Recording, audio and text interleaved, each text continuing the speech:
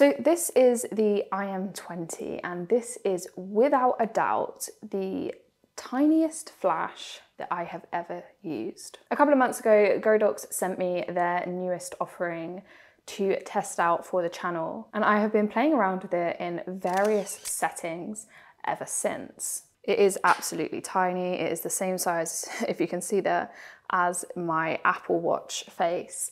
And the form factor has been one of the reasons that it's been so easy to test out, because it's very easy to shove in a pocket or a bag. A lot of the time I wear a bag over me when I shoot events. It's a Moment bag. I'll put it on screen here if you're interested in checking it out. And this just doesn't take up any space at all. It's the same size as a battery. I think actually it's even smaller than my Sony batteries. And it has just been so handy to have such a portable flash with me. As you guys probably know on this channel, I'm a big fan of Godox flashes.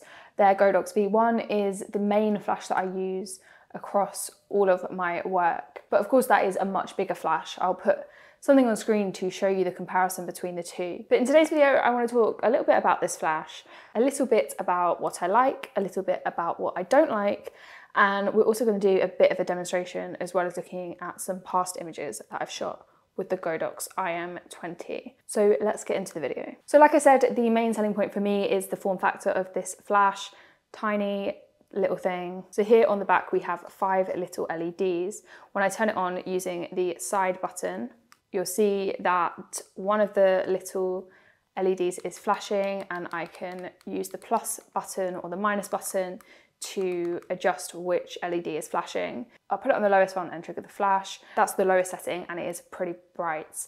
If I put it up onto the highest setting flash, it then flashes after using, and that basically is your flash refiring, so you can't use it again, obviously, until it is stopped flashing and it's just like a solid LED. If you want to check the battery, there's a plus and a minus button. You press both of them at the same time and it will show you the battery. So I'm currently on full battery, all 5 bars are lit up. One of the great things about this is it's USB-C charging, so I can charge it with the same lead that I charge my phone, that I charge pretty much all of my equipment nowadays. So it's small, it's powerful, and it's easy to use. But what do I not like about the iM20? So one thing I have found about the iM20 is that it's only great as an on-camera flash if you're using a shorter lens. So for example, if I just slip this onto the hotshoe, it's compatible with, I'm pretty sure, like all hotshoes, because it's a center pin. I've used this with my Sony a7 IVs. I've also used this with my Canon film camera, for example, my Pentax film camera. So I'm pretty sure that this could be used for all hotshoes, but I would just maybe double check before you buy it. So if I put it on with a short lens, it's not got a problem at all. But with a longer lens, because this is so small and it sits so low down, you do get a bit of lens shadow. So that is something that I haven't really enjoyed about it. It does mean that I have to be more considerate about the types of lenses that I'm using when using it, or I have to do some sort of cropping work to make the shadow look more natural or make it disappear altogether. What's more is that obviously it is not adjustable. I can't move this up and bounce it from the ceiling. I can't add any sort of adapter onto it, which does mean that it's very limited in the type of work that I can do with it. It's basically just a direct flash. Because of the limitations on what lenses I can use and the limitations on the way in which I can use this flash, this is not going to replace my Godox V1 as my main flash, but it is definitely going to be always in my bag as a spare flash in case of emergency, as a flash for my second body, as a flash for, you know, if I'm shooting something that I didn't expect needed flash and then I just want to quickly use flash. And also I find it really useful when I was shooting events because it's so small, I don't have to walk through the crowd with a really big lens on my camera. So definitely, yeah, definitely not going to replace the V1, but again, it is, you know, a fraction of the price, so I don't expect that of it. But let's head over and actually give it a go and shoot a little bit of product stuff just to show you what this flash does. Okay, so we have the Sony a7 IV here, and I've got the Viltrox 40mm on it. We're going to test it with the 40mm and also with this 16mm, so you can see what I mean about the length of the lens. We're just going to take some direct flash photos of this camera, the Pentax. Let's plug this on to the hot shoe. Okay, so that's on. This button here is what we're going to be pressing to turn it on. The LEDs are now on. 1 bar, meaning that that is our lowest power. Okay, now let's get a photo.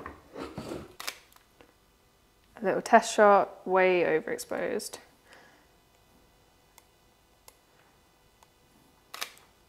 Okay, we're getting somewhere here. So that's literally just with the first power. Let's go up to 3. So yeah, you can see already it's really powerful. Let's take a photo of something with a bit more color in it. Let's give this a go. I'll use a slow shutter here. Let's see how on the first level captures, if I move it about a bit, how much. Let me move the actual can. See if that's frozen. So the recycle time's not great. It's like 1, 2, 3, 4, 5. So there was 5 flashes before I was able to take the photo again. But that is at the most powerful. So let's try it, see how high speed we can go at 1. Okay, yeah, so we're not getting like great recycle time here. But let me show you now with a different lens what I mean about the lens shadow. This is a really good lens to show you with because it has this little bit of a lip as well. So it's super obvious on that. And yeah, for me, that just makes it very unusable with a lens like this, which is a shame because this is the sort of lens that I would want to shoot with a flash on. But that was just a demonstration on how you actually use the flash and an example of what I meant about the length of the lens coming into play.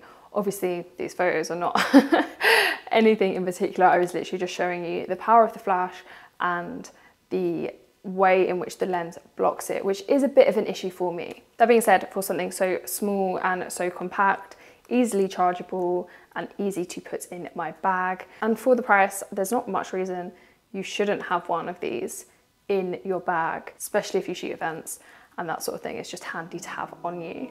So let's take a look at some sample images that I shot using the iM20. This first shoot with Gerard was the first shoot in which I used this flash, and here we are outside on location in the daylight, which kind of shows you just how bright the flash actually can be, because you can actually see the shadow behind Gerard from the light.